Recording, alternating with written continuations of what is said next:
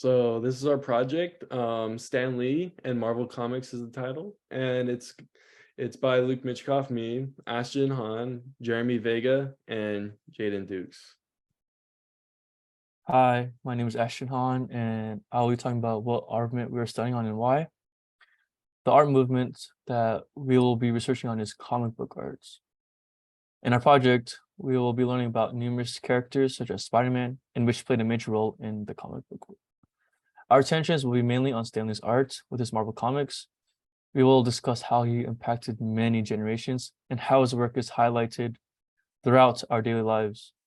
From having his work seen in movie theaters and being worn in today's fashion to helping a company be worth millions. We can see how Stan Lee is appreciated in today's generation. Stan Lee is not only a creative innovator, but also he's a revolutionist as he revolutionized what comic book art is today. You can go next.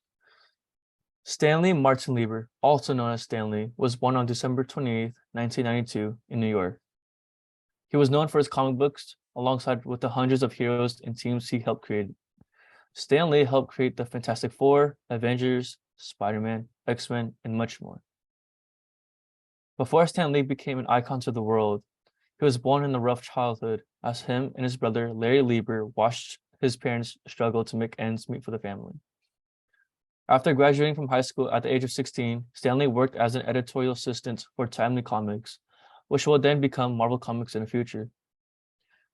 An editorial assistant is someone who provides administrative support to the editorial team.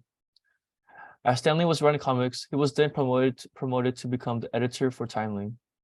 As time went on, Atlas, previously known as Timely Comics, began to struggle financially. It was then until 1961 that Stan Lee and his team created the Fantastic Four, a series about a group of astronauts who gained superpowers due to them being exposed to radiation. With the powers, they have been to team up and defeat Dr. Victor Von Doom. Because of his major hits, this made him and Atlas to become a major part in the comic book world, as well as the birth of Marvel Comics. 1 year later, after Stan Lee and his team made Fantastic Four, they then made Spider-Man, which then became an instant hit. Stan Lee created Spider-Man as there was a demand for a hero who teens can connect with. The Marvel method, which was a technique known for giving artists more freedom on story plotting, allowed Marvel to create more stories and heroes. From this, we see the addition of the Incredible Hulk and more superheroes to be part of the comics. As the company Marvel continued to strive and prosper, Lee became the publisher and editorial director of Marvel Comics. Marvel Comics is now worth over $1 billion because of Stan Lee's creative innovations. As Stan Lee was working for Marvel, he has also began to form Stan Lee Media, a company that is built around his ideas. Some facts about Stan Lee is that he worked for Dr. Seuss, he had a terrible memory, and he originally envisioned Hulk to be gray instead of green.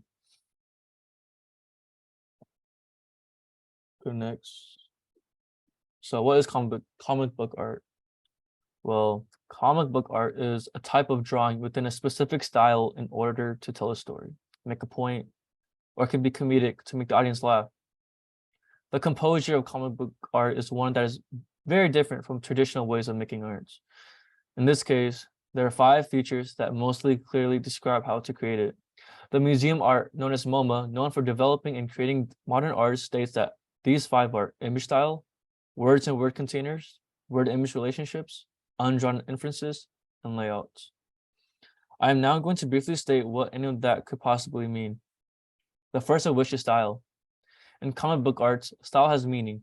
Take 2 people who draw the same thing, and their most stylistic feature will both radically be different. There could be the same scene of characters, but the way that they're expressed through their usage of lines can make the character feel very different. Now, the subject matter is not only image shown in the comic book arts. Words in the comic also have to be portrayed in a certain style. In most traditional comics, sound effects might tend to be drawn by the artist in a highly exaggerated style, like kaboom. When the subject of a comic wants to show a certain emotion or suggest volume within their speech, the artist uses a larger size or even darker rendering of the word being used. Word composition most often in comics is combined with speech bubbles and caption boxes. Oval-shaped bubbles with drawn borders might match a certain style of the comic. Some might avoid word containers at all, and some might not only use words that appear to be part of the scene. Hi, I'm Luke Minchikoff, and I'm going to be finishing this slide on what is comic book art. And so when looking at combining words with images, there are four basic relationships to consider. Words and images can duplicate, they can complement, contrast, or diverge. When words duplicate, the words and the image around them can communicate to each other, roughly the same thing. For instance, a superhero could throw a punch paralleled to a word such as wham. When words and pictures complement, they both would add something to create a bigger effect. For example, if the comic said something like, Jaden always comes to class late, then the image would include me, for example, Jeremy and Ashton, laughing and making jokes as he walks into the room. The opposite could be found through contrasting when words could say something like, Luke loved watching that movie last night, followed by a comic of me watching a movie with a blank expression, which honestly would make it very hard to believe. Drawing inferences in a comic is very important as well. In most comics, inferences give one image to the next a sense of time by using phrases such as we've seen 10 years prior or even 30 seconds later. The flow of the images together is important to keep the viewer engaged with the material. Finally, putting all of the elements of comic art together into the layout creates the final product. The layout guides a viewer's eye through the image from left to right or even up and down throughout the image, creating a path. Using conventions could also highlight an image by making one frame larger or smaller than another to make one feel more important than the other. This is shown by changing the expectation of the layout for a short period of time. Having a shaped frame, tilted frame, or no frame at all creates different senses of space within the scene. All of those elements are up for the artist's interpretation on their creation. And now I'm going to talk about how does Stan Lee's art compare and contrast to traditional art styles. And this includes even art that we've seen throughout our class time. When it comes down to the composition of Stan Lee's comic art and traditional art styles, his art has many similarities to traditional European art. Art curator and author Stephen L. Graff from the National Endowment of the Humanities states that today's comic artists are the inheritors of the classical European art tradition. During the 1940s to mid 1950s, superhuman comics gained traction in the comic book art community, which tackled corporate and political corruption, drug use, and racism. In 1954, the Comics Code Authority was created to curb suspect content in American comic book media. Resulting from this, comics became cleansed and suppressed, creating a new movement in the 1960s, which had more diversity, complexity, and darker, mature themes. This sent Stan Lee into a new era of writing, which in 1961, 1 year later, he would create the Fantastic Four alongside illustrator Jack Kirby. A lot of Stan Lee's comics could be compared to the European Romanticism, which signified personal interest in the social and personal interest of the outside world. Just like what we've seen in class, Francisco Goya and his creation of the 3rd of May, 1808, which portrayed the Spanish resistance to Napoleon's army and the horrors of a country being at war with another nation. Stanley also tackles the horrors of war in his comics such as Spider-Man and Iron Man, which signified resistance to a higher power of authority. Graff also explains that comics are attracting new readers, in part because there's so much diversity in the titles that are now available.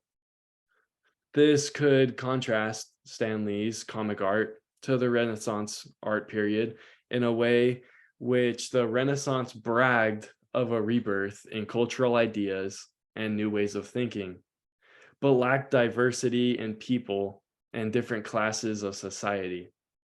When Stan Lee created artwork like the X-Men, for example, he wanted all of the characters to be diverse.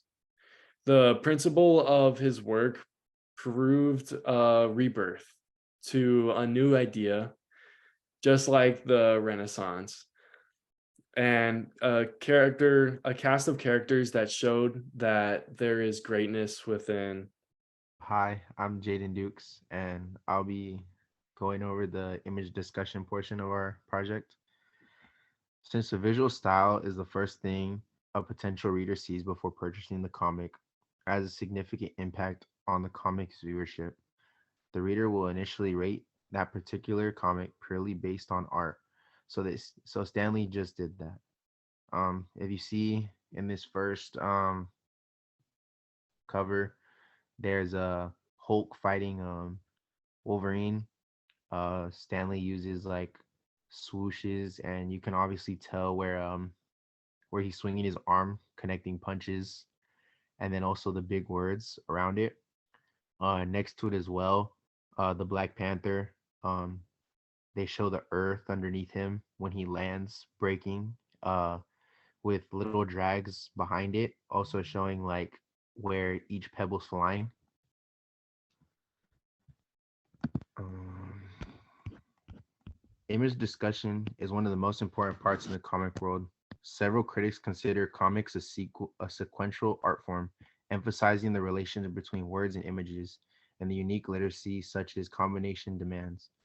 Comic art is a type of visual art that combines images with text, which is generally a form of speech with balloons or image captions.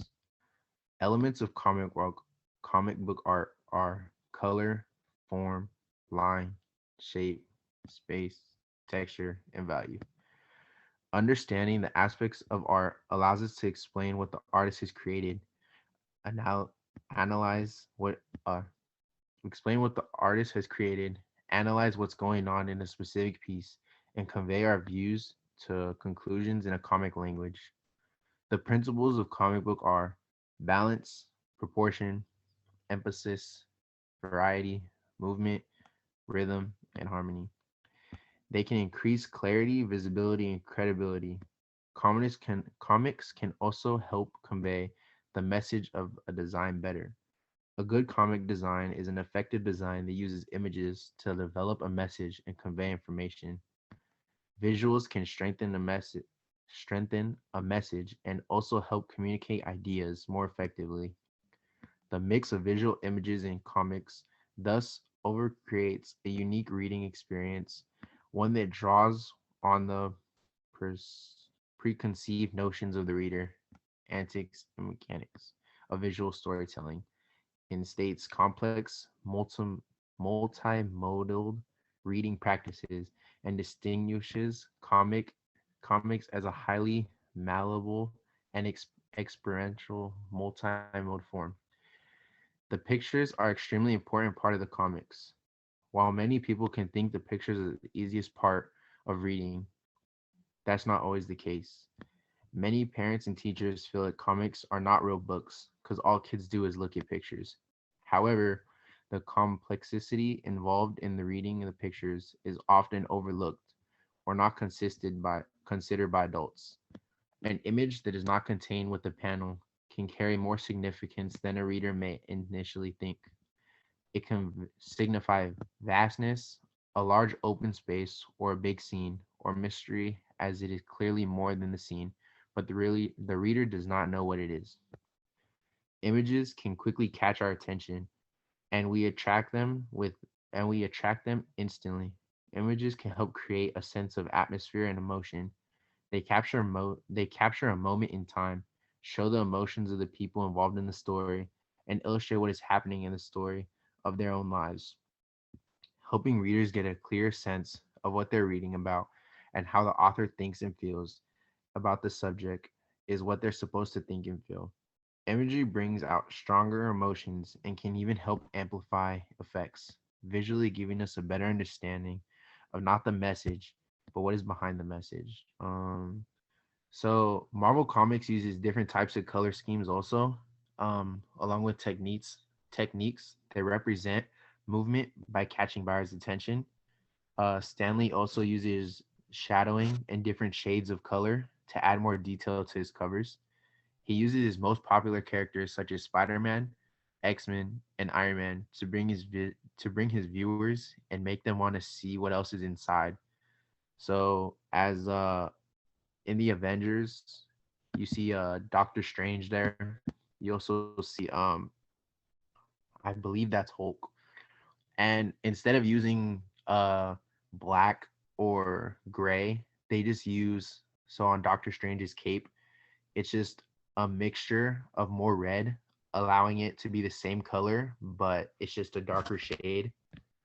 Um, Next to it for Spider-Man, he's swinging through the city. You see the web shooting out of his hand, and obviously it gives us a clear visual that he's obviously swinging somewhere, creating that motion effect. And next to that, there's another Avengers comic, uh, using more shadows and different color schemes to create those shadows, along with the motion of the two people in the middle punching each other, um, basically signifying that their arms and body movement are moving towards each other. Now we'll be passing it over to Stanley and his impact on society. Hello, this is Jeremy. You know that, Professor. But yeah, we're going to talk about Stan Lee and his overall impact to society and why we should care. So, Stan Lee and his work honestly had an impact that many other artists could have not have replicated. His reach went above just his comics and hit multiple demographics of people across decades and all over the world with his own work.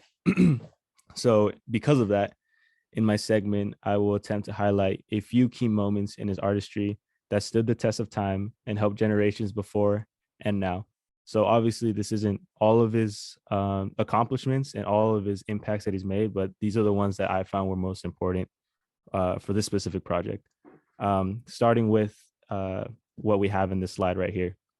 So one of the immediate things that stood out in Stan Lee's life was the way that he introduced and fought for diversity in his own field of work. Stan Lee was one of the first and definitely most popular artists at the time to make, manufacture, and distribute comics that had different people of color being the main character. So the first one that comes to mind is the comic Black Panther, which included an African prince who rules the most technologically advanced civilization in the world. Keep in mind that this comic was made in the 60s, which is when the civil rights movement was in full swing. So not only that, but one of the most popular comics to be published included a diverse cast of members with their own special set of powers that got kids hyped everywhere. This is of course being the X-Men.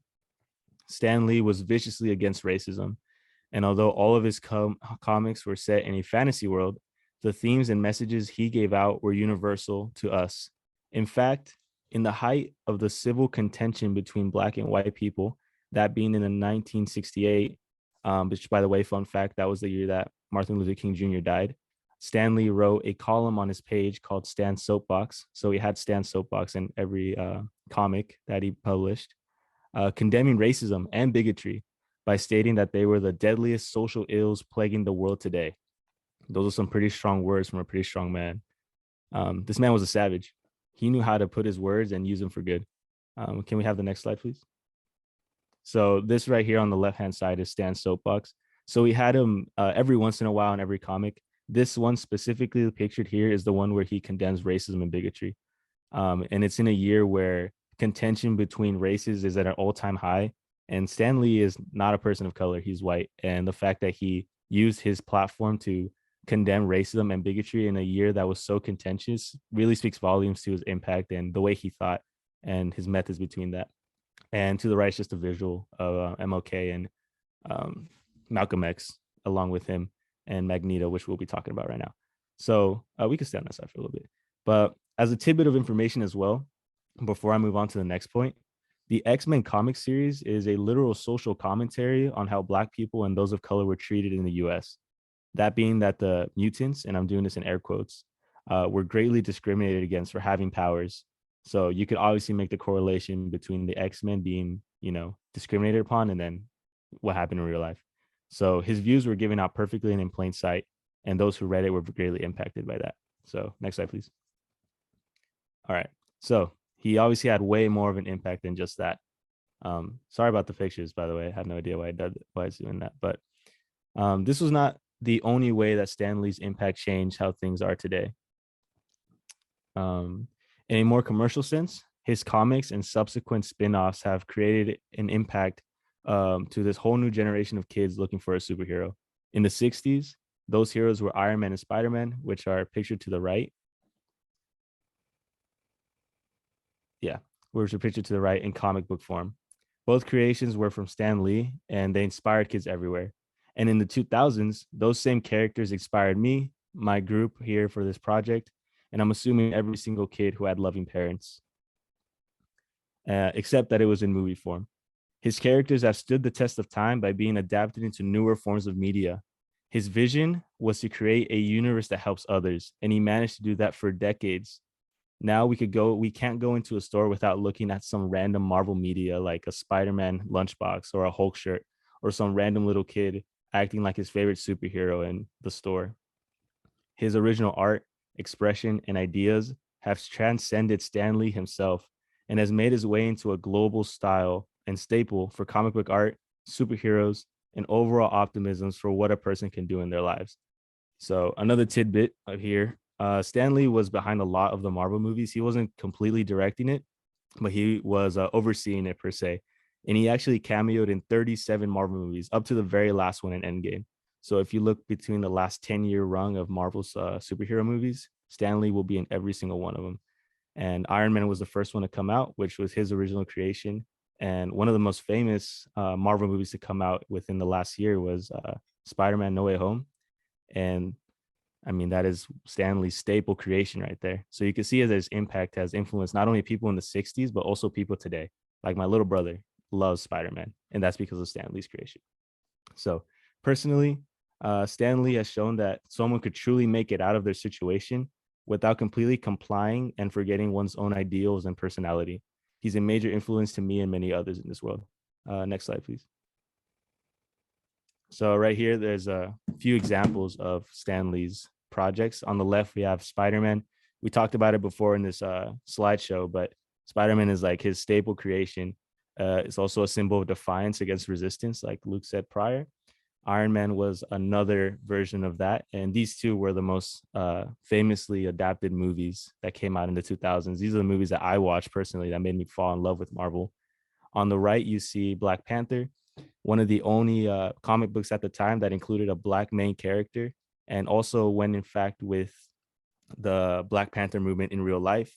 And one of the sources stated below, there is a lady who talks about how she was impacted and changed her whole career towards comic book art and graphic journalism because of Black Panther. She said that as because she was a Black woman herself in the 60s, she saw Black Panther as this superhero that she could look up to, which was obviously what it was made for. And it completely changed her life. And on the right, we have the X-Men, which is just a shining crown of what discrimination is and how you could overcome that and use your powers for good, right? So that's Stan Lee, that's his creations, and that's why you should care about him. And that's why his impact has helped so many people, including me. Thank you. All right, thank you guys so much for presenting. Just want to quickly state that these are all the references that we used, and I just want to take this time by saying thank you, Professor, for giving us this opportunity for this research, and I hope you enjoyed watching. So thank you.